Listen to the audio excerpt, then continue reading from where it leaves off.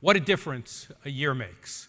Exactly 1 year ago at the IAB annual leadership meeting, literally exactly 1 year ago, I introduced a 180-page study and promised to unveil to you, I'm going to quote myself here, an enduring shift in the way the consumer economy operates. It was a framework that we called the direct brand economy. And so many of you came to me over the next 12 months and said, very interesting, Randall, but what does this have to do with me? The point of the research that I'm going to unveil for you today is to show each and every one of you, publishers and platforms, ad tech and martech, disruptor brands and incumbent brands, all 1,000 of you that are here, what the direct brand economy means to you. In broad strokes, it's pretty simple to explain. The business of our business is changing. We, all of us, are just no longer in the business of banner ads and video spots. We are in the business of brand creation, brand sales, and brand replenishment.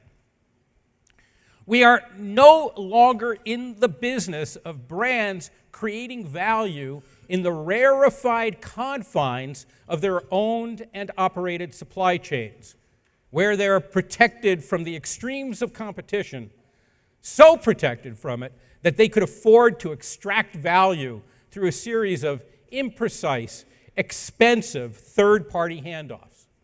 Handoffs that always ended in brick-and-mortar retail stores because for most of the past 100 years, brick-and-mortar retail stores accounted for 97% or more of consumer brand sales. Today, we are in a business where value is created in a promiscuously available, stack-your-own supply chain, where ideas can become physical products virtually overnight.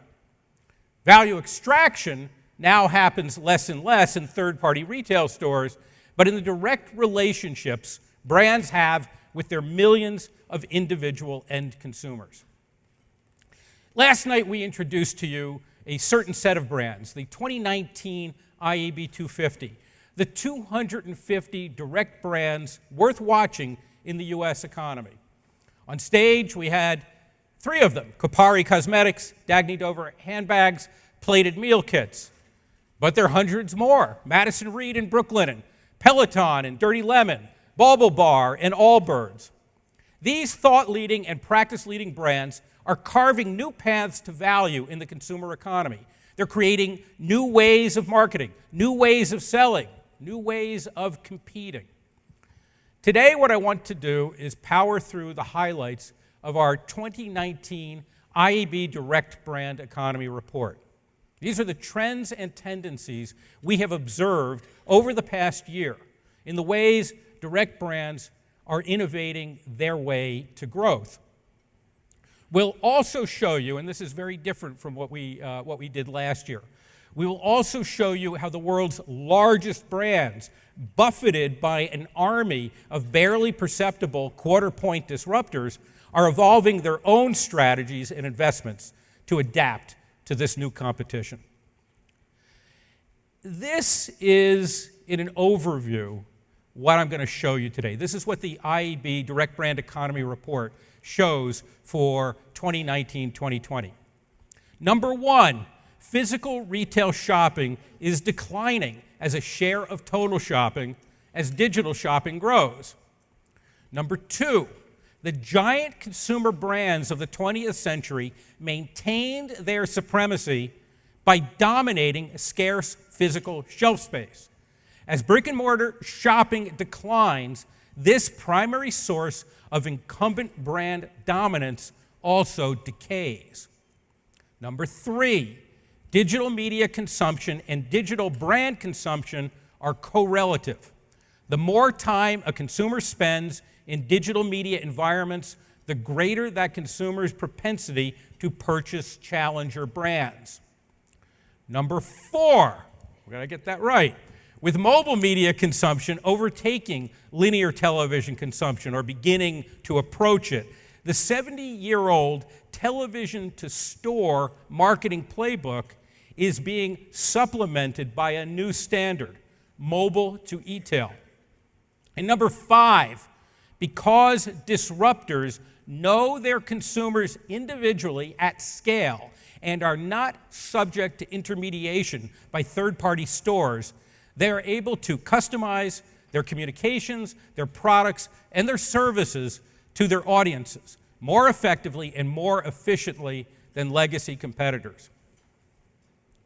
5 things, that's what you're going to see in copious detail. Let's explore exactly what happened in the direct brand economy during the past year. In 2018, more brick-and-mortar stores closed their doors in the United States than in any year since modern retailing began in the late 19th century. 12,000 stores. Keep in mind, this was all occurring in the midst of a U.S. economic recovery. The brick-and-mortar meltdown was accompanied by the ongoing and astonishing growth of e-tailing. This Commerce Department eye chart has one big message. E-commerce of all varieties, from Amazon to Away Luggage's native site. E-commerce grew 3 to 5 times faster per quarter than total commerce in the United States. And while e-tailing remains but a fraction of total commerce, its share of the retail economy has been growing without interruption for a decade. In fact, when you remove items that can only be purchased in physical locations, and I'm talking about things like gasoline, because you can only get gas at a gas station, and restaurant meals, because by definition, if you're getting a restaurant meal, you got to be in a restaurant to get it. You discover that e-tailing, digital shopping, is even larger. It already accounts for 13% of all consumer sales in the U.S. E-tailing's share of the pie will only continue to grow as it sucks up all the growth, every last dollar of growth in the consumer economy. Now, if you think that's hyperbole, let's look at the dollars then.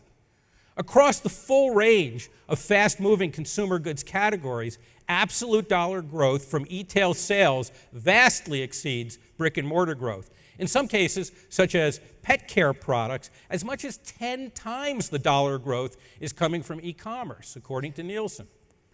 So make no mistake what these trend lines show. American shoppers are shifting their buying habits from physical retail stores to digital stores. While physical stores will still comprise the greatest share of what I call brand fulfillment, their singular power over consumer choice and brand strength is eroding. No longer are consumers forced to choose only from among the handful of brands that can buy their way onto scarce physical retail shelves. In some consumer-facing categories, the companies that have reduced their brick-and-mortar dependencies or never had these brick-and-mortar dependencies to begin with are already reaping outsized benefits. Consider consumer packaged goods. The CPG marketplace has been growing very slowly for years, and it still underperforms GDP. In that slow CPG marketplace, 82% of total market growth is coming from e-commerce, 82%. And as soon as consumers start shifting to e-commerce channels, their brand consideration set naturally enlarges, and their purchasing patterns change. As this analysis by Ryan Caldbeck, the CEO of the fintech company CircleUp, shows, the market shares of store-dependent brands start shifting to disruptor brands. The most powerful activist investors in the world have noticed the same phenomenon, and they are subjecting some of CPG's largest companies to withering, punishing attack. Last July, Dan Loeb, the founder of the hedge fund Third Point, that's the company that overtook and eventually sold Yahoo, amped up his attack on Nestle SA, the world's largest FMCG company. He attacked its muddled strategic approach, his quote, called the group, another quote, insular, complacent, and bureaucratic. Among Loeb's biggest complaints, third quote, new brands took share while Nestle has fallen behind. Who are these new brands, and what are they actually doing to the market? Let's take a look. For example, there are now more than 100 bed-in-a-box companies like Casper, Lisa, and Purple. I think we've got a couple of them here in the room today. They doubled U.S. market share between 2016 and 2018 to about 10%. During that same period of time, actually last year, 2018, the largest American mattress retailer, mattress firm, declared bankruptcy. And Incumbent Tempur-Sealy, itself the product of a merger between two incumbents that were not doing so well, Tempur-Sealy saw sales slide 4.6%. U.S. pet care industry did a little bit better, actually a lot better than GDP growth. It grew by 4% in 2018. Online pet product sales were up 30%. And then you've got some within that, like the direct brand dog walking services, Rover and Wag, which grew 30% and 165% respectively. In cosmetics, you've got the personal care and beauty product sales growing 4.5% in 2018. Online personal care and beauty sales grew 24%. And you've got some companies like Kylie Jenner's Kylie Cosmetics, $420 million in revenue in its first 18 months in business. The $111 billion U.S. beer market declined by 1% in volume in 2017. Craft brewer sales grew 5% in volume. They now account for more than 23% of the total market. 50 fastest growing craft beers saw a median growth of 216%. Now, I know what you're saying. Oh, they're not delivering to the home. It's a big point of this research. This is not about delivery to the home. This is about direct relationships with consumers. Even though these craft brewers still sell primarily through grocery stores and at bars, they specialize in direct-to-consumer communications and data collection by driving online reviews, as Alaska Brewing has done, or partnering with home delivery apps, as Louisiana's Crying Eagle Brewery has done. One more example. The total U.S. furniture market was flat over the past 2 years. Flat. And it's only expected to grow about 0.7% through 2023. Digital sales now account for a quarter of all dollars spent on home goods and furniture. Did so in 2018. And then you've got companies like the fast furniture startup Burrow that's been growing at 20% a month. So what do we take from all this? What do we learn from these disruptors and the way they go to market and the way they're challenging the main incumbent brands? Well, the first thing to understand is that there is a playbook for direct brands. And this is where you should get out your phones, because this is what the playbook looks like. First of all, direct brands have replaced the purchase funnel of old with a new purchase funnel. Instead of a very long-term process that brings consumers from brand awareness and then lower down the funnel to preference, and then lower down to intent, and then finally at the bottom of the funnel to purchase. The direct brand playbook begins with cost per acquisition, and it ends with lifetime customer value. It almost inverts the classic purchase funnel. This CAC to LTV chain is the essence of the direct brand life cycle. It also characterizes their primary difference from incumbent brands. Disruptor brands are collecting and managing individual relationships at scale, something incumbent brands cannot do because incumbent brands' primary relationships have been with stores, not individual consumers. You heard this from our 3 founder CEOs last night. I'm telling you, it's universal. Direct brands are much more sophisticated in managing the LTV of these individual relationships and measuring the contributions of the playbook's other components to raising LTV simply because they have the individual relationships that big incumbent brands lack.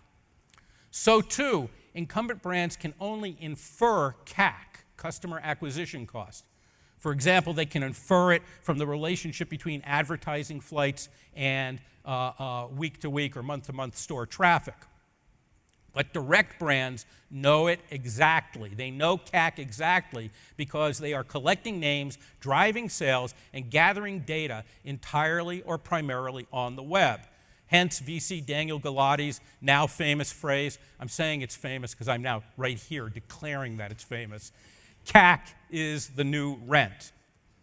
Keeping their cost per acquisition low is the first prerequisite for direct brands. It frames their media strategies, it frames the where and when of their advertising, and it frames their experimentation with new media and marketing channels.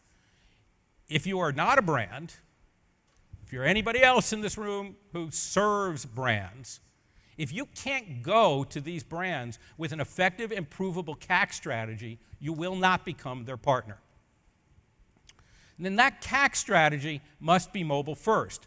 Consumer time spent on mobile devices has grown 133% during the past 3 years, while time spent on television devices has declined 14%. Television remains vitally important. I'm going to show you more about that. But the ability for consumers to reach pretty much physically and directly through their mobile devices right to the product, right to the sale, makes mobile the acquisition medium of choice. Already, nearly 40% of e-commerce is m-commerce.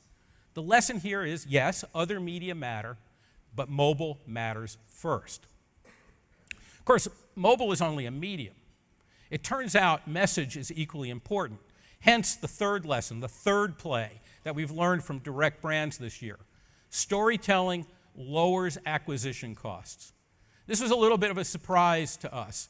We're still researching it. All the direct brands that we've studied and that we've talked to, the scores that we've interviewed over the past year, have told us, virtually without exception, that customers acquired through storytelling channels have higher lifetime values. And that seems kind of intuitive. It's intuitive that better stories would create better and longer consumer engagement. But we also have observed a front-end, shorter-term benefit, and that's the relationship between the story and CAC. For example, the direct brand sock company Bombas says that in any given week, between 15 and 40% of their paid acquisitions come from podcast advertising. Why? Bombas' CEO says it's simply because there's a little more airspace to talk about how the company started. And that story about their mission contributes to better, lower-cost acquisitions. But how does low CAC turn into high LTV? Well, one word: community. This was another bit of a surprise. We knew from our research last year, you all know from all your own activities and buying, that community is an essential part of what direct brands talk about when they talk about themselves. Turns out it's not a soft, nice to have. To the contrary, community has become an essential part of the direct brand playbook because it ties directly to acquisitions, to sales, to repeat purchases, and to increased market basket size. The cosmetics disruptor Glossier spoke at our conference last year. Its president was here on this stage. Says that 70% of its online sales come via peer referrals. Matches Fashion says that 35% of its revenues come from user-generated content that is shoppable. The role of community in revenue growth is the reason shoppable social marketing is expanding nearly 150% per year, and it's on a path to generate $165 billion in retail sales by 2021. Disruptor ad agencies. Well, I don't want to call them ad agencies. Let's just call them disruptor agencies for the time being. Disruptor brands and their agencies call this CAC to LTV bridge performance branding. In their playbook, brand advertising must perform and selling activities must contribute to enhanced brand perceptions, such that they can maintain the community and grow the community and foster repeat purchases and foster more acquisitions through time. As disruptor agency founder Jesse Darris says, we don't think that something like impressions means anything. Since these brands are selling direct to consumer, we're able to understand how certain stories work and how placement and communications work, and then replicate the things that work. Darris is among a burgeoning set of new agencies that are overturning the holding company model that took hold in the 1980s. In that model, media planning and buying were separated from creative strategy and execution. Other specialist agencies were launched or acquired by the holding companies to concentrate on particular functions, including PR, trade promotions, analytics, relationship marketing, production, on and on and on. These little holdings, these purchases within the holding company structure, operated on an eat-what-you-kill basis with little cross-unit collaboration.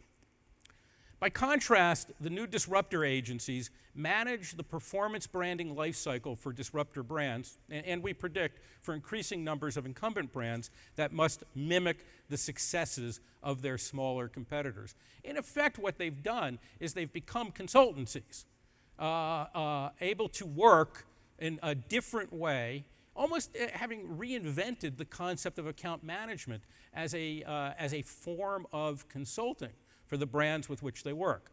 Several of these new agency leaders are going to be here on this stage during this conference. J.B. Osborne from Red Antler is here this morning. Peter Kim and Martin Sorrell from Mighty Hive will be presenting at this conference too. They'll undoubtedly be able to add to my analysis, and they'll also be able to correct the errors. Whether it's from the influence of these new agencies, or more likely because of changes in the CAC landscape, we have found that disruptor brands are growing more promiscuous. They are looking for more channels to acquire long-term customers. 5 years ago, even 3 years ago, this was a Facebook story. As our IAB Direct Brand Founders benchmarking study showed, 90% of these brands, regardless of category, launched off the back of Instagram, Facebook, or both. And for several years, they devoted upwards of 90% of their paid media spend to the Facebook family. There were active and passive reasons for this preference.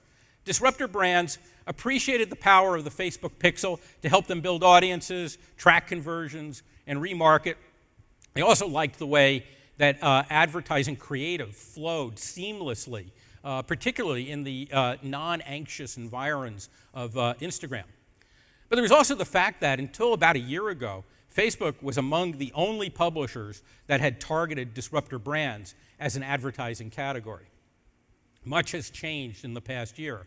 Platforms and publishers like Pinterest, Hulu, Turner, Hearst, Google, Spotify are actively pursuing and working successfully with disruptor brands. Data companies, video companies like Simul Media, whose founder Dave Morgan was here last night, also have turned this into a marketplace. Equally true, some brands, some disruptor brands, have begun to publicly express concern about channel dependency.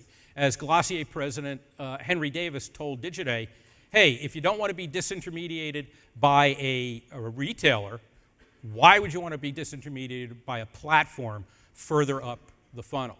So there's a lot of experimentation going on, a lot of change happening in the media landscape for disruptor brands. Notable within that is how direct brands are now colonizing main media, especially television. This is one of the big observations of the past year. The Video Advertising Bureau, working with Nielsen, surveyed the spending patterns of 50 disruptor brands on television and found that these 50 alone spent $1.3 billion on television commercials in 2017. And that was an almost 100% increase from just a year earlier. Now, as you all know, or at least I hope you know, from our IAB 250 research, there are more than 3,000 disruptor brands in the United States. And we know that they've been spending more on digital channels than in main media. So it's logical to conclude that there are already several $billion in advertising and marketing spend right now up for grabs as the disruptor brand marketplace matures. Our speakers, Linda Yaccarino of NBC Universal and Laura Carenti from Giant Spoon, will describe during this conference how they have partnered to bring disruptor brands into the television universe. We believe that much of the new paid media spend will find its way to advanced TV. In fact, it already is. Consumers of ad-supported streaming video already show a much greater propensity to buy from disruptor brands. IAB research shows they are currently spending more than twice as much as linear TV viewers on disruptor subscription products, just for example. Lingerie company Third Love started investing in TV in 2017 with a budget of $286,000 for the first month. Within 3 months, they had spent $3 million. Third Love's monthly TV budget has more than quadrupled since then, and according to Nielsen, it spent more than $13 million on TV in 2018. Third Love founders Heidi Zak and Dave Spector will be here today to provide more insights on how they're building their brand. So we'll learn more, and again, anything that I've said that's wrong, they'll correct. We think it's inevitable that as the world's largest media companies start coming online with their own streaming services, advanced TV viewership will expand as well as its targeted advertising opportunities. This wave to sight, sound, and motion that we are currently seeing is going to start cresting and cresting and cresting. But if you walk away from this presentation or this conference with one lesson, with one thing in mind, here's what I want it to be. This is not an advertising story. In fact, if you go back to the first premise, that this new consumer economy is an intricate, intimate, ongoing cycle of creation, communication, consummation, and continuation, you must internalize one of the greatest shifts that the direct brand economy represents, and that is omni-channel shopping is the new normal. Already, IAB research shows that 1 in 3 in-store purchases are made after first shopping digitally. 1 in 4 digital purchases are made after shopping in a brick-and-mortar store. The days of physical retail hegemony are over. There are multiple hybrid retail formats that live between pure brick-and-mortar and pure e-commerce. They are complementing and supplanting the dominant formats of the past several decades, such as department stores and big box stores. You've got to think omnichannel, you've got to think hybrid. I'd go even so far as to say that pop-up stores are the new advertising creative revolution.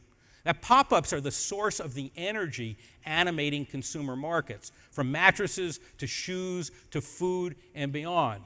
Pop-ups are the new dominant retail format of our era. Some pop-ups appeal to associational psychographics, as Glossier did with its San Francisco pop-up inside the popular Ria's Cafe. Snows has had a New York City pop-up that's a combination of a shoppable loft, an event space, and registry designed to inspire. Away created Terminal A, a pop-up in New York Soho, to mimic a fantasy travel moment with a TSA-style checkpoint, luggage scanners, and the company's luggage line, of course. There's going to be more and more of these things. Digital shopping powerhouse Shopify, which has thousands of disruptor brands on its platform. Shopify is enabling hundreds of its online e-tail partners to launch pop-ups with its plug-and-play point-of-sale systems that integrate into its existing sales enablement technology. Shopify is but one part of a thriving sub-industry of real estate developers, infrastructure providers, and technology consultants that is helping digitally native brands carve out spaces in the physical world. Okay, but why pop-ups, you're asking? Well, first and foremost, understand that pop-ups are not really about the sale. They are about the data. They provide a low-investment way for brands to reinforce their existing community and gain access to new customers and bring them into a voluntary relationship that continues to exist in the form of first-party data. Customer data, we said it last year, I can't repeat this enough. Customer data is the core asset of the contemporary enterprise. It is as important as the manufacturing footprint or channel relationships were in decades past. Doing pop-ups provides small disruptor brands a way to build direct connections even as they use middlemen, important middlemen like Amazon or Walmart, to grow. This heralds a change in the purpose of stores. Today, brick and mortar locations are as much for experiencing as they are for selling. Consider Casper Mattress's Dreamery locations, where fans of the brand can schedule a nap on one of Casper's mattresses, replete with a sleep mask, a robe, earplugs, makeup wipes, as well as a cup of coffee afterwards. No cigarettes, as far as I know. Such well-crafted experiences persuade people to turn over key bits of data about themselves, then enter into a digital relationship from which more data can be gleaned and long-term benefits accrued. The centrality of relationship data to the direct brand playbook will endure, even as disruptor brands open their own permanent brick-and-mortar locations, as they are doing by the hundreds on their own. In many cases, they're being aided and abetted by established retailers that are seeking to freshen up their own offerings or simply get some of that disruptor brand pixie dust sprinkled over them. There is a role for advertising and marketing in this new omni-channel environment, but it is a changed role from the tradition so many of us have grown up with. Media won't be used as much to shape brand image in discrete 30-second blocks and full-page bites. To the degree that conventional advertising formats remain an important tool, and they do, they will be measured increasingly, as I've been saying, on acquisition costs, but also on experience management. They're going to be measured on things like, did you drive subscribers to a short-term pop-up? Media and other marketing partners will be judged as well on another quality, speed. For disruptor brands and the incumbents that will compete with them, fast is the new fashion in every category. On average, across all categories, direct brand founders we surveyed said they can launch a product, take a product from concept to market in 4 months. That compares with 22 months for the median FMCG company, according to an analysis by the Boston Consulting Group. Fast fashion brands may have up to 52 weekly micro-seasons per year. The fashion site Boohoo is not alone in this. They add 300 new products each day. Now, speed is a loop. It means getting products created faster, getting them in the hands of consumers faster, getting the preference, occasion, and use data back to the company faster, and integrating that data back into operations faster. Such speed links directly to profits. McKinsey says the top 20% of fashion brands, the ones that accounted for all the real profit in the industry, are distinguished by 2 things. One is speed to market, and the second is their ability to use data analytics to develop concepts and plan lines. The speed needs of direct brands and the incumbents that are forced to compete with them helped quadruple the revenues of third-party logistics providers in 1 year. And it drove the 3PL industry's compound annual growth rate from negative 5% to almost 6% positive over the last 4 years. If you remember last year's talk, if you study, and if you think back to those schematics I showed before, these companies specialize in using a leased or rented supply chain. The growth of the third-party logistics industry is central to that. When you look at these changed investment patterns and that growth, that is the evidence that the direct brand revolution is infiltrating every warp and woof in the fabric of the economy. But where consumers see speed most clearly is in direct delivery to the home. That's the 2 in D2C. Pressured by Amazon, all brands must now offer free 2-day delivery of their goods to consumers. New logistics solutions, such as the 3PL Alliance Monarch FX, which is detailed here, are being created to offer omni-channel sellers one-stop shops for meeting the demand for fast delivery of their products. Not to be outdone, Amazon is investing billions of dollars to optimize for 2-hour delivery. The new standard is going to be 2 hours. Amazon already has multiple patents for drone feeding warehouses, fulfillment centers, and maintenance facilities. It was recently granted a patent for something called an aerial vehicle delivery shroud. That's something that cloaks the noise of unmanned delivery drones when they come to your neighborhood. McKinsey says that autonomous vehicles, including drones, will account for 80% of all delivered items within 10 years. Now, during this 10-year period, you're going to continue to see continuing perfection and spread of human delivery services. So Grubhub, Seamless, those kinds of things are actually part of this wave. And they're already optimizing, clearly, for immediate delivery. These services are replacing the store as a hub for product and brand discovery. Alcoholic beverage disruptor Flavier has a try before you buy sampling program for its bourbon, scotch, and gin. Gwinny Bee, Birchbox, in fact, all the subscription box companies are really pioneers in delivery as discovery. Think of this as a change from the standard by which if you wanted to discover a product, you had to go to a physical retail store. Now the store comes to you. That is a change in the way marketing operates. And if you're a provider of marketing services, you too must service this need for speed. Brands increasingly are like newsrooms. They're rushing out products on a moment's notice. They're trying to attract consumers with bold headlines, grabbing them quickly with produced, compelling visuals that have to change by the day, by the hour. They're bringing the news to their own social communities and those of their partners. This is the performance branding environment of 2019 and beyond. So where in this are the world's largest brands? Well, they're following the direct brands, and they are following fast. For many of you in this room,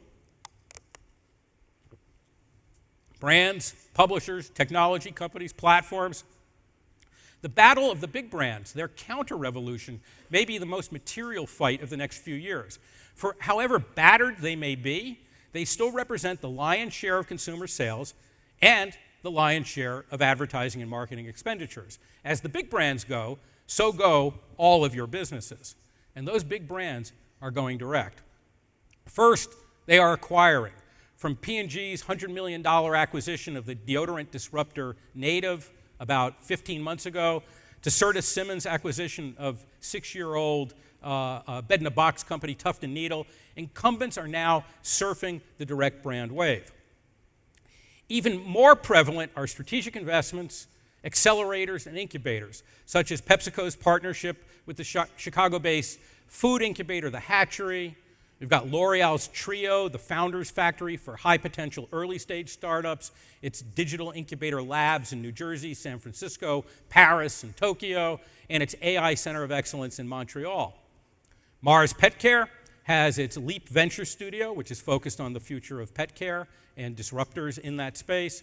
IKEA has its Boot Camp. It's got 20 startups focused on product, supply chain, and retail transformation, now in its second year. Underlying these acquisitions and these partnerships is a quest for capabilities. Some big brands aggressively want to become first-party relationship and data companies. That's why AB InBev has invested in e-commerce delivery systems, beer rating applications, and home brew suppliers. Some giants are looking to develop predictable recurring revenue streams. That's why Colgate invested in our IAB 250 member, Hubble Contacts, to dip 5 toes into a consumer subscription business. But by far, the greatest articulated need of the big incumbents is to aggressively develop digital relationships with individual consumers, the widest chasm they must cross. Nike CEO Mark Parker calls this, and I quote, being more digital at scale. In 2017, Nike announced an initiative called the Consumer Direct Offense, aimed at doubling innovation, doubling product speed to market, and doubling direct connections with consumers. The company created an entirely new organization called Nike Direct to lead it. Make no mistake what this means. The world's largest consumer brands, companies that did not know their end consumers because the retailers controlled the consumer relationship, are competing against those retailers and against their disruptor competitors to own those relationships. This is a giant movement in the brand economy. Starbucks has found that mobile ordering, combined with its digital loyalty program, were the drivers of an 11% year-over-year increase in same-store sales in 2018. Yet, of its 75 million store visitors, Starbucks only has a fifth of them in its rewards program. So the company aims to flip that around. Kevin Johnson, Starbucks CEO, who a bunch of us knew when he was at Microsoft, said, this is his quote from their investors presentation, "Establishing digital relationships with many more customers represents a significant growth opportunity." The drive to create digital relationships at scale is underpinned by perhaps the largest structural trend inside big brands' marketing organizations today, the insourcing of programmatic advertising capabilities. Programmatic advertising already accounts for nearly 85% of digital ad display spending. And among marketers deploying programmatic, about 2/3 say they already have insourced part or all of their programmatic capabilities.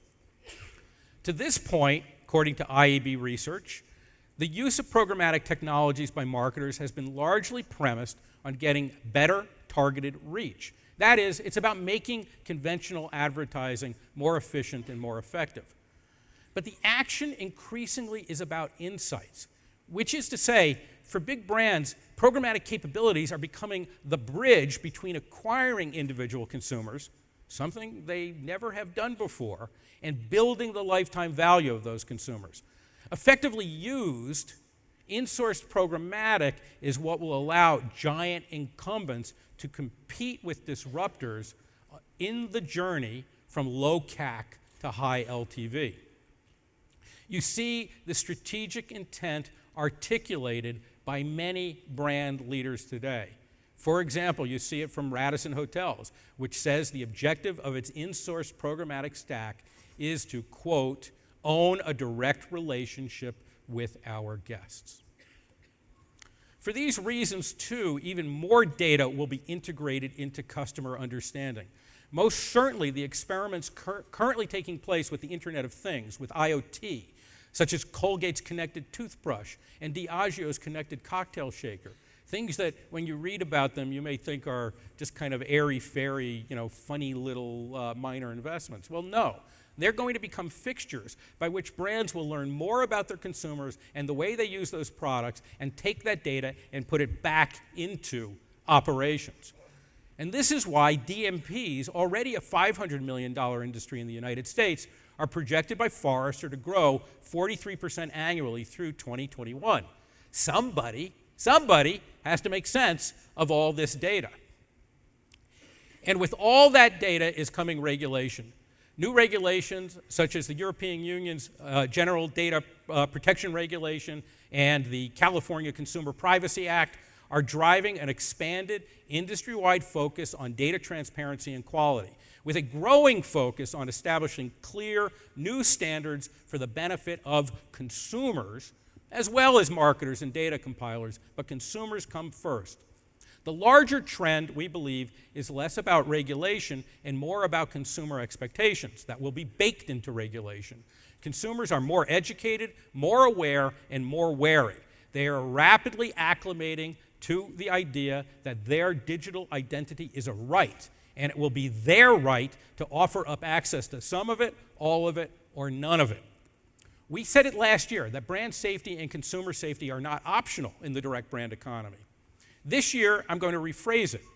We have entered the era of digital citizenship, where each consumer will own his or her identity as a right of citizenship in the transnational geography of the internet. Play by the consumer's rules or stop doing business. The new rules of consumer data not only will mean that first-party data will have to be voluntarily offered by consumers, it means that the data will be even richer if giant brands can offer something back. This is potentially an advantage for the big brands. One of the most powerful things that they can offer back right now that is still difficult for challenger brands is the ability to offer rich cross-channel experiences. Retailers are becoming experience centers. They're partnering with disruptor brands, the disruptor brands that millennial consumers display a growing affinity for. Macy's acquired the brand consultancy Story last May. It partnered with Facebook to launch the market at Macy's and curated 150 e-commerce brands on a 2-week rotation at 9 Macy's stores during the holiday season. But let's not shade the trend. As important as the resuscitation of physical retail is, the trend is toward data-rich directedness, including the direct delivery of products to the home. This is prompting a wave of acquisitions and partnerships as significant as the acquisitions of disruptor brands themselves. Target, for example, acquired the same-day delivery service Shipt a year ago December, and it began rolling out same-day in-store pickup, expanded curbside order pickup, and free 2-day shipping with no minimum purchase or membership to meet the Amazon standard. McDonald's expanded a global partnership with Uber Eats and had 9,000 US stores offering delivery at the end of 2018. Hey, when I grew up with one of the original McDonald's in Fair Lawn, New Jersey, they didn't offer delivery of anything. I had to go and wait online. One mobile app, Drizzly, accounts for 3/5 of all online alcoholic beverage sales. Drizzly has become an essential partner with the largest beer and spirits brands, including Miller Coors, AB InBev, and Brown-Forman, to encourage product trial. Remember the rule, delivery is discovery. As these delivery partnerships and acquisitions should indicate, the world's largest brands are also investing furiously to foster agility throughout their supply chains, not only to get things delivered more rapidly, but to get them made and socially penetrated more quickly. Luxury goods brand Gucci wants its wholesale revenue to account for no more than 10% of total sales. Let me translate that for you. Gucci wants no more than 10% of its sales to come from brick and mortar stores. If it can do that, it means store buyers won't control what consumers get to see, and Gucci will own more of its own destiny. And they've been acting on this for years. Already, Gucci's direct sales account for 86% of its total sales, and e-commerce sales grew 88% in the first half of 2018. So to boost that direct consumer connectedness even more, Gucci is internalizing production. It's actually going counter-trend. It wants to bring more of it in-house so it can become more speedy. It plans to cut external suppliers to 40% of leather goods production from 75% currently. Its goal is cutting in half the time between a product's conception and its delivery to consumers.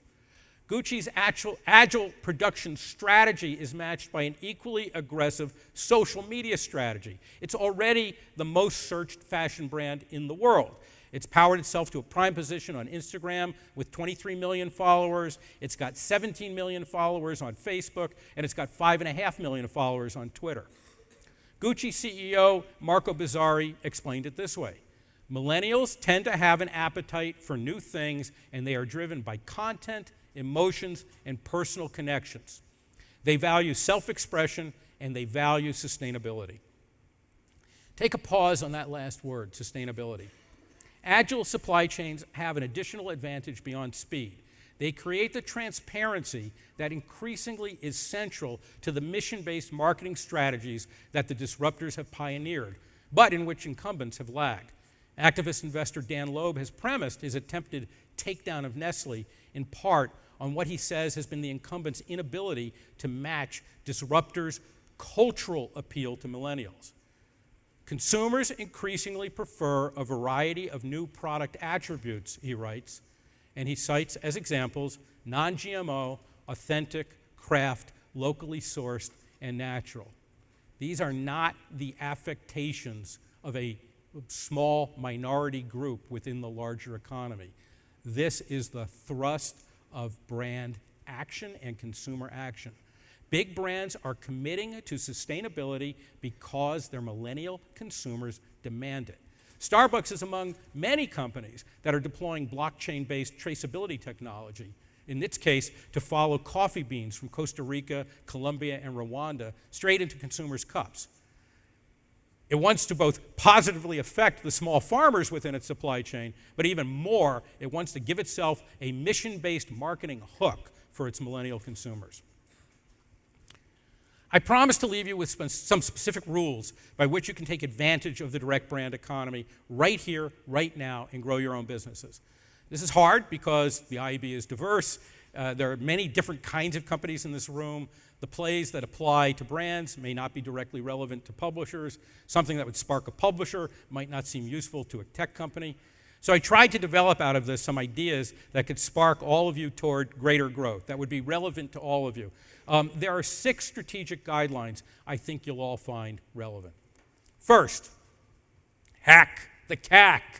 If you aren't driving customer acquisition costs down, you're not contributing to that on behalf of your clients, and then you are not walking the talk of the direct brand economy. Second, at the back end of the new funnel, you need to show how you can add value to lifetime customer value, the only other metric that matters in the new brand economy. One of the best ways to boost lifetime customer value, as we have shown, is to focus on community. For community helps lower acquisition costs, foster repeat purchases, and increase basket size. Hence our third principle, mi casa es su casa, which I will translate badly as my community is your community. As media get more expensive, as customer acquisitions become more difficult, brands, publishers, retailers, and others will have to find ways to productively share their communities with each other. Another way to boost LTV is by helping brands change their omni-channel and adapt to the new environment of hybridized retailing. Everyone needs to bring in a team of omni-channel retailing experts in-house.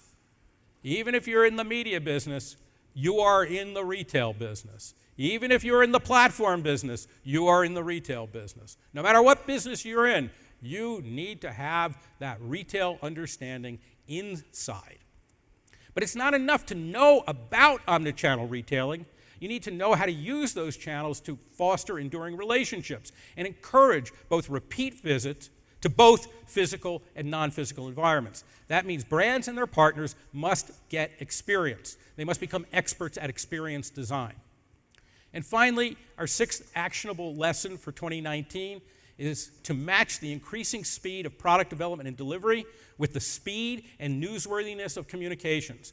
Brands, in effect, must become newsrooms, and their adept publishing partners can certainly help them with that. So those are the 6 takeaways. There's many more. This full study runs to 150 pages. It will be posted online and available to you all beginning either later today or tomorrow. I urge you to kind of get it, take a look at it, because there's a lot more detail under the hood. I close with this. We're lucky to be alive and working in the digital marketing and media industry. For as disruptive as disruption can be, we have the great honor of helping bring new ideas to fruition, giving birth to new companies, and creating jobs by the millions. Thank you for letting me and the IAB serve you all as you serve this disruptive world. Thank you very much.